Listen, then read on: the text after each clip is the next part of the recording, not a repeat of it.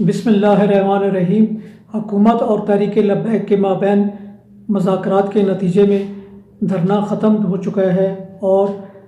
فرانسیسی سفیر کو ملک بدر کرنے سے متعلق قرارداد قومی اسمبلی میں زیر بحث ہے۔ اب یہ قرارداد جو ہے وہ جمعے کے دن حتمی شکل اختیار کرے گی، اس پر اراکین بحث میں حصہ لیں گے۔ اب صورتحال یہ ہے قرارداد کے حوالے سے کہ پاکستان پیپلز پارٹی نے تو اس ساری کارروائی میں حصہ نہ لینے کا اعلان کر رکھا ہے، جبکہ پاکستان مسلم لیگ نواز نے اس پر بہت سارے جو قرارداد کا متن گورنمنٹ نے پیش کیا ہے اس پر بہت سارے اعتراضات اٹھائے۔ اسپیکر قومی اسمبلی نے یہ تجویز رکھی ہے کہ ایوان کے اراکین پر مشتمل ایک مشترکہ کمیٹی بنائی جائے جو اس مسودے کو حتمی شکل دے۔ اب جمعے کے دن بحث ہوگی اور لگتا یہ ہے کہ اگلے ہفتے سوموار یا منگل کو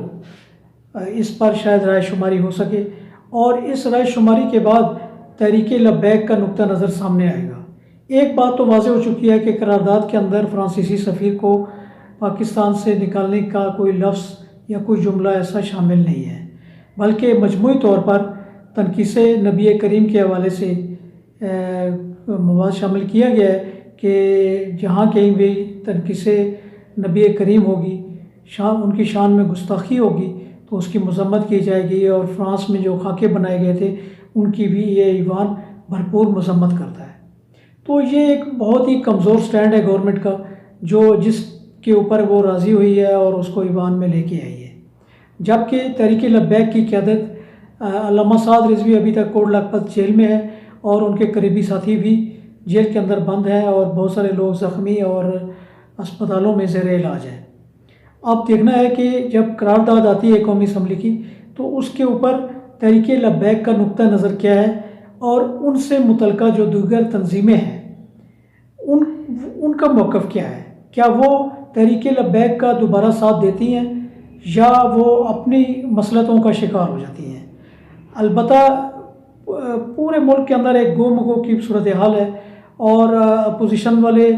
گورنمنٹ پر تنقید کر رہے ہیں، گورنمنٹ ڈیفینسو ہو چکی ہے، اور تحریک لبیک والے بھی حکومت کے اوپر تنقید کر رہے ہیں، مختلف بیان بازیاں ہو رہی ہیں، اور ادھر رمضان المبارک بھی چل رہا ہے۔ اب یہ جو معاملہ ہے اس کو کیسے یہ نتیجہ خیز بناتے ہیں اور اس کے عوامل کیا ہوتے ہیں، اس کے اثرات کیا ہوتے ہیں، اس کا تو وقت ہی بتائے گا کہ کیا حکومت اس سارے معاملے کو کسی اچھے انداز میں کسی نتیجے پر پہنچانے میں کامیاب ہوتی ہے، یا اسی طرح جلاؤ گھیرو اور احتجاج اور دھرنے کا جو معاملہ ہے وہ دوبارہ سے سٹارٹ ہو جائے گا۔ تو یہ ایک بات تو طے شدہ ہے کہ پاکستان کے اندر تمام اسلامیہ نے پاکستان نے بلا تخصیص مسلک و مکتب اس واقعے کی مذمت کی ہے، جو حکومت کی طرف سے تشدد کیا گیا تحریک لبیک کے کارکنوں پر، ان کے اجتماع پر، ان کے قائدین پر۔ اور ظاہر ہے کہ ناموس رسالت سے بڑھ کے تو کوئی اور چیز ہی نہیں ہے۔ اسمبلی کے اندر بھی تمام جماعتوں نے اسی نقطہ نظر کا اظہار کیا، اور اسمبلی سے باہر جو جماعتیں ہیں اور جو مذہبی تنظیمیں ہیں وہ بھی بار بار اپنے اس عزم کو دہرا چکی ہیں کہ ہم نبی کریم کی ناموس کے لیے آخری حد تک جانے کو تیار ہیں۔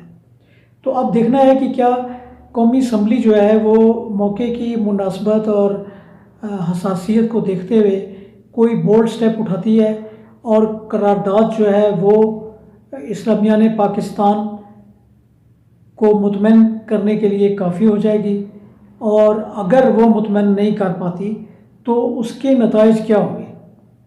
یہ ایک سوالیہ نشان ہے جو وفاقی دارالحکومت کے سیاسی حلقوں میں بھی زیر بحث ہے، اور ہر مذہبی حلقے میں بھی اس پر بحث کی جا رہی ہے کہ اب آگے کیا ہوگا۔ اور پاکستان کے اندر تو جذباتی ایک صورتحال ہے۔ پی ٹی آئی کے اراکین پہلے سے ہی یہ کہہ رہے ہیں کہ جی اسمبلی میں قرارداد پاس ہو گئی ہے اور فرانسیسی سفیر کو نکالا جا رہا ہے اور وہ چلا جائے گا، ملک بدر ہو جائے گا۔ حالانکہ ایسی بات نہیں ہے۔ ایک طریقہ کار ہوتا ہے اسمبلی کے اندر قرارداد لانے کا کہ پہلے ایک رکن جو ہے وہ قرارداد پیش کرتا ہے، اور اس کے اوپر پھر تمام جماعتوں کے پارلیمانی لیڈر جو ہے وہ اس پر اپنی رائے کا اظہار کرتے ہیں، بحث ہوتی ہے، اور بحث کے نتیجے میں پھر رائے شماری ہوتی ہے کسی بھی قرارداد کے اوپر۔ اور اکثریت اگر کسی قرارداد کے حق میں فیصلہ دے دیتی ہے تو پھر وہ قرارداد جو ہے وہ قابل عمل ہوتی ہے۔ لہٰذا وقت سے پہلے یہ کہنا کہ جی وہ پی ٹی آئی نے تو فوراً اس بات کو ایزیوم کر لیا، اس کی اہمیت کا اندازہ کر لیا، اور عوام کا جو احتجاج تھا اس کو دیکھتے ہوئے فوری طور پر وہ فرانس کے سفیر کو نکالنے کا فیصلہ کر لیا گیا اسمبلی کے اندر، حالانکہ ایسا نہیں ہے۔ دوسری بات جو تحریک لبیک کے حلقے ہیں وہ یہ کہتے ہیں کہ جی ہم کسی بات پہ کمپرومائز نہیں کریں گے، اور آپ دوبارہ دھرنا بھی دے سکتے ہیں اور اسلام آباد میں جا کر ڈیرے جمائیں گے۔ یہ بھی باتیں کارکنوں کی سطح پر ہیں اور ذمہ داران کی سطح پر بھی ہیں، چونکہ ذمہ داران یہ دیکھ رہے ہیں کہ ہم حکومت کے ساتھ ٹکر لینے کی پوزیشن میں نہیں ہیں، اور اگر ہم ٹکر لیں تو مقدمے بازی اور احتجاج اور دھرنے اور ان کے اخراجات اور ان کے معاملات، اس کے لیے ان کے لیے کافی چیلنجز ہیں،